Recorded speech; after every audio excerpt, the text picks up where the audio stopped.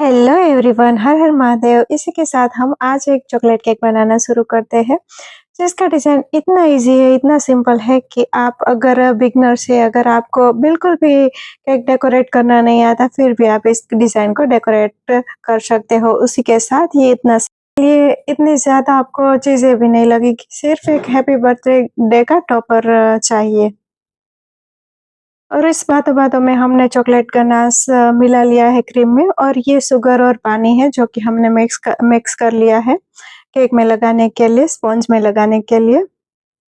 और जो मैंने वो चॉकलेट गनाश बनाया था, उसमें मैंने चॉकलेट और क्रीम गरम करके मिक्स किया है, और थोड़ी-सी उसमें कॉफ़ी भी मैंने डाली है, ताकि हमारे जो चॉकलेट गनाश है उसका टेस्ट और भी निखर के आए।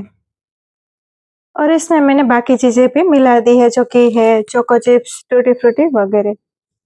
और उसके बाद हम दूसरा उसका लेयर लगा लेंगे केक का। और ये जो क्रीम है, ज़्यादा चॉकलेट डालने की वज़ह से थोड़ी-सी वो ड्राई और टाइट हो गई थी, तो मुझे बोर्ड को हाथ से पकड़ के करना पड़ रहा था, वरना क्रीम इतनी स्मूथ नहीं रही थी। जितने कि हमारी सिर्फ़ अगर क्रीम होती है तो वो सॉफ्ट होती है, और इसमें चॉकलेट गनाश ज़्यादा चॉकलेट आती है तो ज़ाहिर-सी बात है, थोड़ा-सा टाइट हो ही जाता है। पहले मैं एक गलती करती थी कि मैं ये जो शुगर सिरप है वो चम्मच से लगाती थी और ज़्यादा लगा देती थी। उसकी वज़ह से ये जो केक बहुत ही सॉफ्ट होता जा रहा था, तो कभी-कभी कस्टमर की भी वो आता था कि केक आपका बहुत सॉफ्ट है, अच्छे से सेट नहीं हुआ हुआ है। फिर मुझे लगता था कि शायद सेट नहीं हुआ, बाद में मुझे पता चला कि अगर चम्मच से मैं लगाती हूँ तो ज़्यादा हो जाता है, इसी वज़ह से उसके बाद मैंने इसी से लगाना शुरू किया, तो इससे अब सही लग रहा है थोड़ा।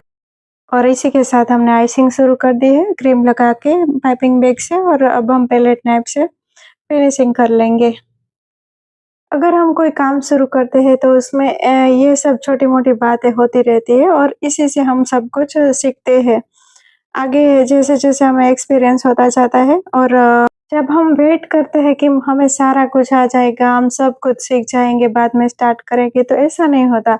अगर आपको बेसिक आता है थोड़ा-बहुत, अगर आप छोटे शहर में रहते हैं, तो आपको ये केक का अगर आपको करना है बिज़नेस स्टार्ट, तो कर देना चाहिए। पहले हम बेसिक लेवल की केक बना लेते हैं, और उस हिसाब से हम इसका रेट भी ज़ाहिर-सी बात है रखते हैं, क्योंकि हमें भी पता होता है कि हमारा लेवल क्या है। और आगे जाके अगर इम्प्रूवमेंट हो जाती है, उस लेवल का हमारा काम हो जाता है, तो हमारा प्राइस भी उस लेवल का भी हो जाता है।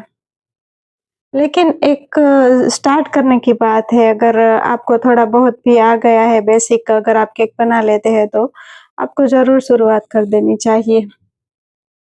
कोई भी काम छोटे लेवल से अगर शुरू होता है, तो आगे जाके वो अपने आप ही, अगर हम ईमानदारी से करते हैं, तो वो बड़ा हो जाता है और चलता भी है आगे।